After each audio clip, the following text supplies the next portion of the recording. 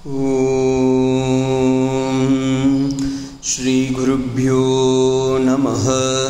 हरिः ओम। गणानां त्वा गणपतिं भवामहे कविं कवीनाम् उपमस्रवस्तमं ज्येष्ठराजं ब्रह्मणां ब्रह्मणस्पत आनशृण्वन्नोतिभिस्सीदसाधनं श्रीमहागणपतये नमः। प्रणो देवी सरस्वती वाजेभिर्वाजिनीवती धीरामभित्रियवतु। ओम श्री महासरस्वती नमः। ओम श्री त्रिसुपर्णा मंत्राः। ब्रह्ममेधुमां मधुमेधुमां ब्रह्ममेव मधुमेधुमां यास्ते सोमप्रजावत्सो भीसोहगं दुष्स्वप्नघं दुरुष्वः यास्ते सोमप्रजानागुस्ताञ्जुघोमि त्रिसुपर्णमयाचितं ब्राह्मणाय दद्यात् ब्रह्महत्यां वा ये ते घ्नन्ति ये ब्राह्मणा त्रिसुपर्णं पठन्ति ते सोमं प्राप्नुवन्ति सहस्रात् पंक्तिं पुनन्ति। ओम ब्रह्ममेधया मधुमेधया ब्रह्ममेव मधुमेधया अध्यानो देवः सवितः प्रजावत्साभिसौभगम् पराधुष्वप्नघुं सुव विश्वानि देव सवितर्धुरुतानि परासुव यद्भद्रं तन्म आसुव मधुभाधार्थायते मधुक्षरन्ति सिन्धवः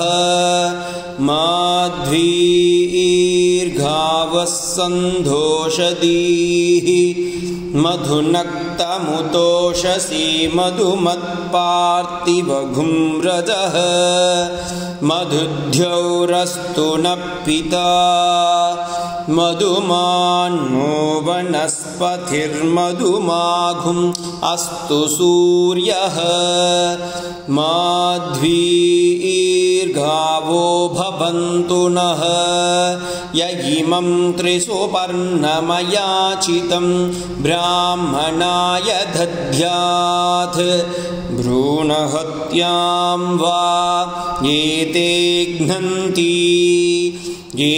ब्राह्मणा त्रिसुपर्णं पठन्ति ते सोमं प्राप्नुवन्ति सहस्रात् पंक्तिं पुनन्ति। ओम ब्रह्ममेधवा मधुमेधवा ब्रह्ममेव मधुमेधवा ब्रह्मादेवानां पदवी कवीनां ऋषिर्विप्राणां महिषो मृगाणां स्येनो गृह्णानाघस्वविधिर्वनागागुं सोमः पवित्रमध्ये दिरेभन् अघुं सत्सुषिषद्वसुरन्धरिक्षसत् होदावेदिसत् अतिथिर्धुरो न सत् दृषद्वरसत् सदृशद्व्योमसदब्जा घोजा ऋथजा अद्रिजा ऋथं बृगत् ऋचेत्वा समित्स्रवन्ति सरितो न देनाः अन्तर्हृदया मनसा पूयमानाः धृतस्य धारा अभिचाकशीमि हिरण्मयोर्दिशि वेदसो मध्य आसं तस्मिन् सुपर्णो मधुकृत्कुलायी भजन्नास्ते मधुदेवताभ्यः तस्यास्ते हरयः सप्तधीरीः स्वयं दिह्वाना अमृतस्य धारां य इमं त्रिसुपर्णमयाचितं ब्राह्मणाय दद्यात् वीरहत्यां वा एते घ्नन्ति ये ब्राह्मणा त्रिसुपर्णं पठन्ति ते सोमं प्राप्नुवन्ति आसहस्रात् पङ्क्तिं पुनन्ति ॐ मेधासूक्तम् ॐ मेधा देवी जुषमाना न आघात् द्विष्वाची भद्रासु मनस्यमाना त्वया जुष्ठानुधमाना धुरुक्तान् बृहद्वधेम वितते सुवीराः त्वया जुष्ठऋषिर्भवति देवी त्वया ब्रह्मागतश्री ऋतत्वया त्वया जुष्ठश्चित्रं विन्दते वसुसानो जुषस्वद्रविणो न मेधे मेधां मगिन्द्रो ददातु मेधां देवी सरस्वती मेधां मे अश्विना भुभाभा धत्तां पुष्करस्रजा अप्सरासु च या मेधा गन्धर्वेषु च यन्मनः दैवीं मेधा सरस्वती सामां मेधासुरभिर्जुषताग स्वाहा आमां मेधासुरभिर्विश्वरूपा हिरण्यवर्णा जगति जगम्या ऊर्जस्वती पयसा पिन्वमाना सामां मेधासुरभिर्जुषन्तां मयि मेधां मयि प्रजां मयि अग्निस्तेजो ददातु मयि मेधां मयि प्रजां मयि इन्द्रियं ददातु मयि मेधां मयि प्रजां मयि सूर्यो व्राजो ददातु ॐ शान्ति शान्ति शान्तिः हरिः ॐ संन्यास मंत्राः ॐ त्र्यम्बकं यजामहे सुगन्धिं पुष्टिवर्धनम् उर्वारुकमिव बन्धनान् मृत्योर्मुक्षीयमामृतात् एते सहस्रमयुतं पाशामृत्योमर्त्याय हन्तवे तान् यज्ञस्य मायया सर्वानवयजामहे मृत्यवे स्वाहा मृत्यवे स्वाहा ॐ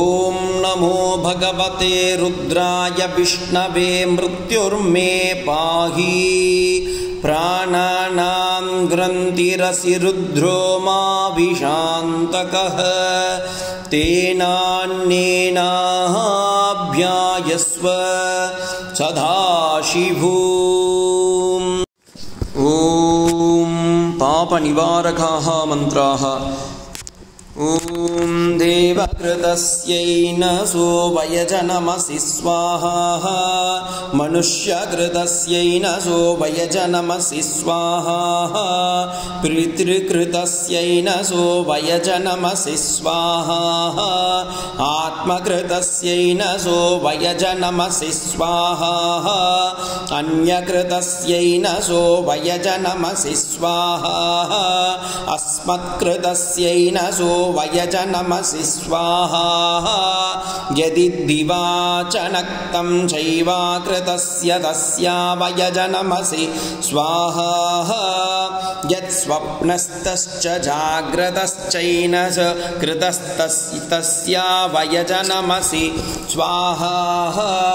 यत्सुषुप्तश्च जाग्रतश्चैन कृत तस्या वयजनमसि स्वाहा यद्विद्वानग्ः स विद्वानाग्ः चैन कृत तस्या वयजनमसि स्वाहा येन सो वयजनमसि स्वाहा यद्वो देवाश्च कृतं जिह्वाया गुरुनमस्तु नमसो वा प्रत्युति देवहीनम् अरावायो नो अविद्युश्चुक्रानाव्युयते तस्मिन् दधेनो वयजसो दिनोदन स्वाहा कामो कारिषी नमो नमः कामो कारिषीत् कामः करोति नाघं करोतिमि कामः कर्ता नाघं कर्ता कामः कारयिता नाघं कारयिता एष ते कामकामाय स्वाहा कामो कारिषीन् नमो नमः कामो कारिषीत् कामः करोति नाघं करोमि कामः कर्ता नाघं कर्ता कामः कारयिता नाघं कारयिता एष ते कामकामाय स्वाहा कामो कारिषीन् नमो नमः कामो अकारिषीत् कामः करोति नाघं करोमि कामः कर्ता नाघं कर्ता कामः कारयिता नाघं कारयिता एष ते कामकामाय स्वाहा मन्युक्कारिषीन् नमो नमः मन्युक्कारैषी मन्युक्कारोमि नाघं करोमि न मन्युक्कर्ता नाघं कर्ता मन्युक्कारयिता नाघं कारयिता एष ते मन्यमन्यवे स्वाहा तिलोऽञ्जुगोमि सरसागस्वपिष्ठान् गन्धारमम चित्ते रमन्तु स्वाहा गावो हिरण्यं धनमन्नपानग्ः सर्वेषां श्रियै स्वाहा श्रियं च लक्ष्मीं च पुष्टिं च कीर्तिं चानृण्यतां ब्रह्मण्यं भगुपुत्रताम् श्रद्धा मेधे व्रजासन्धधातु स्वाहा तिलान् कृष्णास्तिला श्वेता स्तिलान् सौम्या वशनानुगा तिलान् पुनन्तु मे पापां यत्किञ्च दुरितं मयि स्वाहा चोरस्यान्नं नवश्रद्धा ब्रह्मः गुरुकल्पकः गुरे घोस्ते यज्ञसुरापानं भ्रूणहत्यान्तिला शान्तिग् शमयन्तु स्वाहा श्रीश्च लक्ष्मीश्च पुष्टिं च कीर्तिं चानृण्यताम् ब्रह्मण्यं भगुपुत्रताम् श्रद्धा मेधे प्रज्ञातु जातवेतः सन्धधातु स्वाहा प्राणापानो व्यानो धानसमानामि मे शुध्यन्तां ज्योतिरगं विरजा विपाप्मा भूयासग् स्वाहा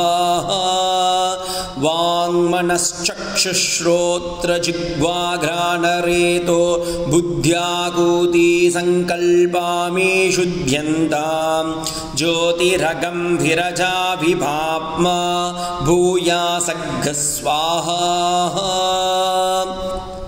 त्वक्चर्म मांसरुधिरमेधो मज्जास्नायवो स्नि अस्ति मे शुध्यन्तां ज्योतिरगं विरजा विपाप्मा भूयासग् स्वाहा शिरः पाणिपादपाश्वपृष्ठो हृदयजिह्वा जघ्नशिष्णोपस्तवायवो मे शुध्यन्तां ज्योतिरगं विरजा विपाप्मा भूयासग् स्वाहा उत्तिष्ठ पुरुष हरिद पिङ्गललोकिताक्ष धेगि धेगि ददापयिता मे शुध्यन्तां ज्योतिरगं विरजा विपाप्मा भूयासग् स्वाहा पृथिव्यापस्तेजो वायुराकाशा मे शुध्यन्तां ज्योतिरगं विरजा विपाप्मा भूयासग् स्वाहा शब्दस्पर्शरूपरसगन्धा मे शुध्यन्तां ज्योतिरगं विरजा विपाप्मा भूयासग् स्वाहा मनोवाक्कायकर्माणि मे शुध्यन्तां ज्योतिरगं विरजा विपाप्मा भूयासग् स्वाहा अव्यक्तभावै अहङ्कारै ज्योतिरगं विरजा विपाप्मा भूयासग् स्वाहा आत्मा मे शुध्यन्तां ज्योतिरगं विरजा विपाप्मा भूयासग् स्वाहा अन्तरात्मा मे शुध्यन्तां ज्योतिरगं विरजा विपाप्मा भूयासग् स्वाहा परमात्मा मे शुध्यन्तां ज्योतिरगं विरजा विपाप्मा भूयासग् स्वाहा शुदे स्वाहा शुप्पिपासाय स्वाहा विविध्ये स्वाहा ऋग्भिधानाय स्वाहा कशोत्खाय स्वाहा शुप्पिपासामलं ज्येष्ठमलक्ष्मीं नाशयाम्यहम् अभूतिमसमृद्धिं च सर्वान् निर्नुध मे पाप्मानग् स्वाहा अन्नमय प्राणमय मनोमय विज्ञानमयमानन्दमय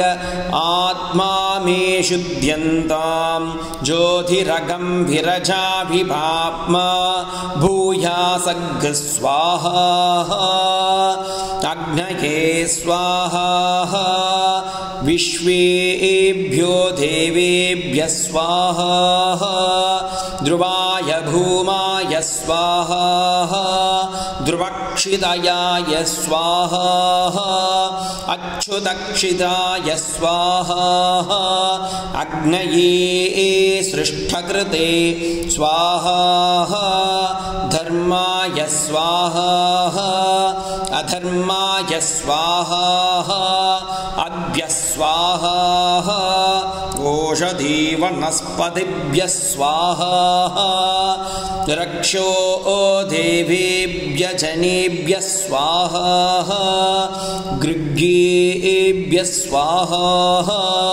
अवसानेभ्यः स्वाहा अवसानभदिभ्यः स्वाहा सर्वभूतेभ्यः स्वाहा कामाय स्वाहा अंतरिक्षाय स्वाहा यदेजति जगति यच्च चेष्ठति नाम्नो भागोऽयं नाम्ने स्वाहा पृथिव्यै स्वाहा अन्तरिक्षाय स्वाहा दिवे स्वाहा सूर्याय स्वाहा चन्द्रमसे स्वाहा नक्षत्रेभ्यः स्वाहा इन्द्राय स्वाहा बृहस्पतये स्वाहा प्रजापतये स्वाहा ब्रह्मणे स्वाहा त्वधापितृभ्यः स्वाहा नमो रुद्राय पशुपतये स्वाहा देवेभ्यः स्वाहा पितृभ्यः स्वधास्तु भूतेभ्यो नमः मनुष्येभ्यो हन्ता प्रजापतये स्वाहा परमेष्ठिने स्वाहा यथा कूपशतधारः सहस्रधारो अक्षितः एवामे अस्तु धान्यग् सहस्रधारमक्षितं धनधान्यै स्वाहा ये भूता प्रचन्ति दिवानक्तं बलिमिच्छन्तो विदुधस्य प्रेष्य तेभ्यो बलिं पुष्टिकामो हरामि मयि पुष्टिं पुष्टिपतिर्दधातु स्वाहा ॐ ब्रह्म तद्ब्रह्म ॐ तद्वायुः ॐ तदात्मा ॐ तत्सत्यम् ॐ तत्सर्वम् ॐ तत्पुरोर्नमः अन्तश्चरति भूतेषु गुहायां विश्वमूर्तिषु त्वं यज्ञस्त्वं वषट्कारस्त्वम् इन्द्रस्त्वं रुद्रस्त्वं ब्रह्मस्त्वं विष्णुस्त्वं प्रजापतिः त्वं तताप आपो ज्योतिरसोऽमृतं ब्रह्म भूर्भुवः सुवरोम्। प्राणाहुतिमन्त्राः श्रद्धया प्राणे निविष्टोऽमृतं जुगोमि श्रद्धया अपाने निविष्टोऽमृतं जुगोमि श्रद्धया व्याने निविष्टोऽमृतं जुगोमि श्रद्धया मुदाने निविष्टोऽमृतं जुगोमि श्रद्धया गस्समाने निविष्टोऽमृतं जुगोमि ब्रह्मणि मा आत्मामृतवाय अमृतोपस्तरणमसि श्रद्धया प्राणे निविष्टोऽमृतं जुगोमि शिवो मा विप्रिविशा प्रदाय प्राणाय स्वाहा श्रद्धया पानो निविष्टोऽमृतं जुगोमि शिवो मा विषा प्रदायाः अपानाय स्वाहा श्रद्धया व्यानो निविष्टोऽमृतं जुगोमि शिवो मा विषा प्रदायाय व्यानाय स्वाहा श्रद्धया मुदानो निविष्टोऽमृतं जुगोमि शिवो मा विषा प्रदायाय उदानाय स्वाहा श्रद्धया गुस्समाने निविष्टोऽमृतं जुगोमि शिवो मा विषा प्रदायाय समानाय स्वाहा ब्रह्मणिम आत्मामृतत्वाय अमृतापिधानमसि।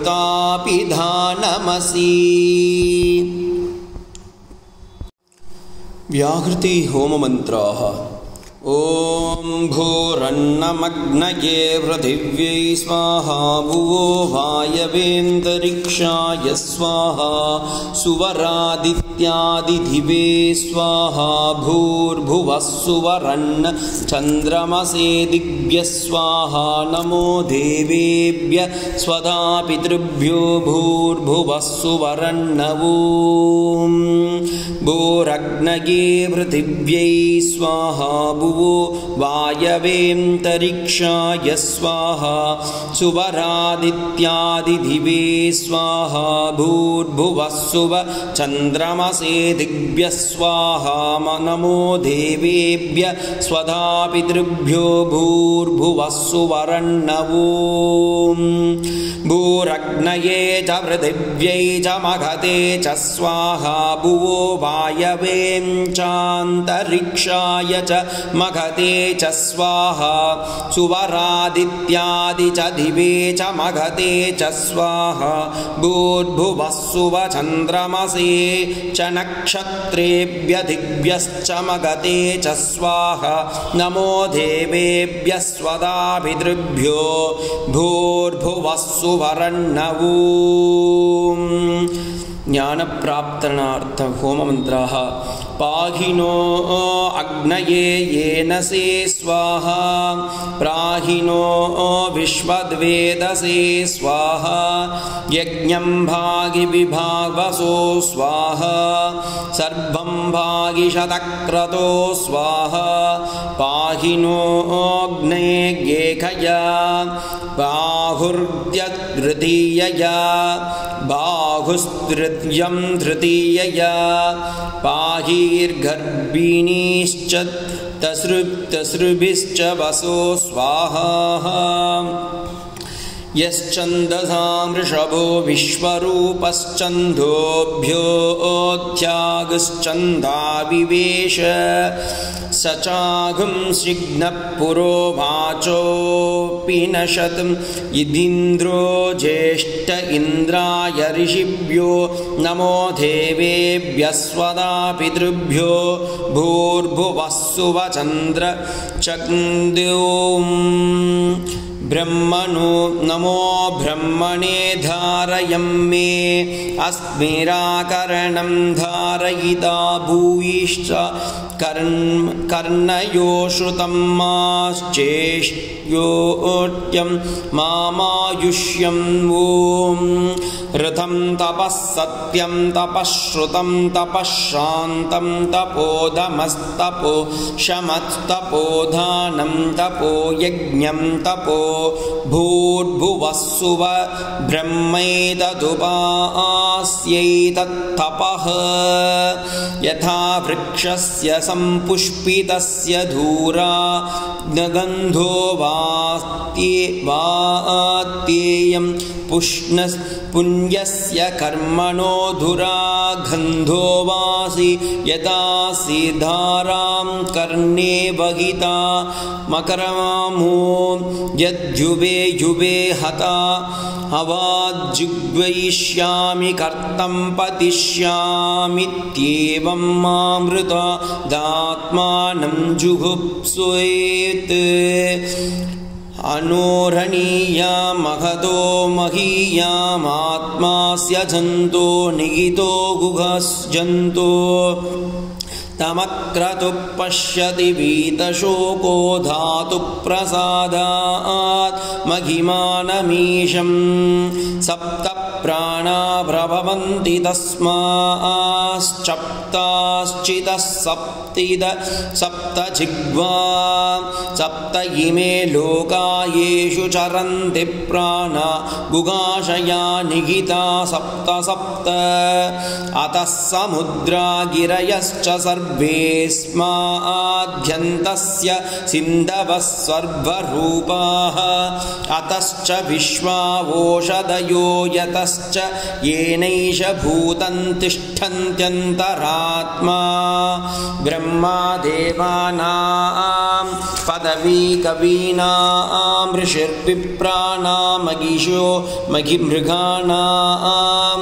सेनो गृह्णानागस्वदिधिर्वनाग नागुं सोमः पवित्रमत्येधिरे भन्ने अजामेकां लोकितशुक्लकृष्णां बह्वीर्प्रजां जनयन्तीगुं सरूपाम् अजोघ्येषो जुषमानो अनुश्वेतो जुहास्तीनां मुक्तभोजा मजोऽन्यः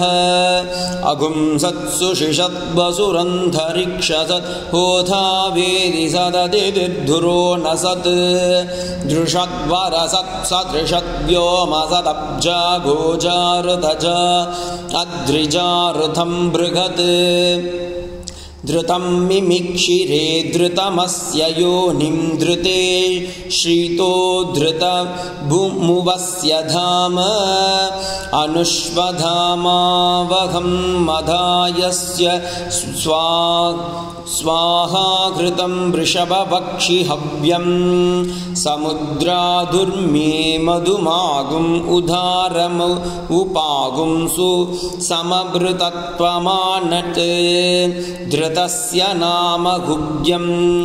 यदस्यन्ति जिह्वा देवानामृतस्य नाभिः वयं नाम प्रभवाम धृतेनास्मिन् यज्ञे धारयामास नमोभिः उपब्रह्मा शृण्वच्चाश्मानग् चक्षुशृण्वाङ्मनो वा मीद्धौ एतत् चत्वारि शृङ्गा यत्रो अस्य पादा द्वे शिरस्ये सप्तहस्तासो अस्य त्रिधा बद्धो मृषभो रोररीवीति महो देवो मर्त्यागुम् आविवेश त्रिताहितं पणिभिर्गुह्यमानं गविदेवासो धृतमन्यभिन्दन् इन्द्र एकगुं सूर्य एकगुं जनान् जजान वेना देवानग्स्वधा विनिष्ठचक्षुः यो देवानां प्रथमः पुरस्तात् द्विषाधीयो रुद्रो महर्षिः हिरण्यगर्भः पश्यत यजामानग्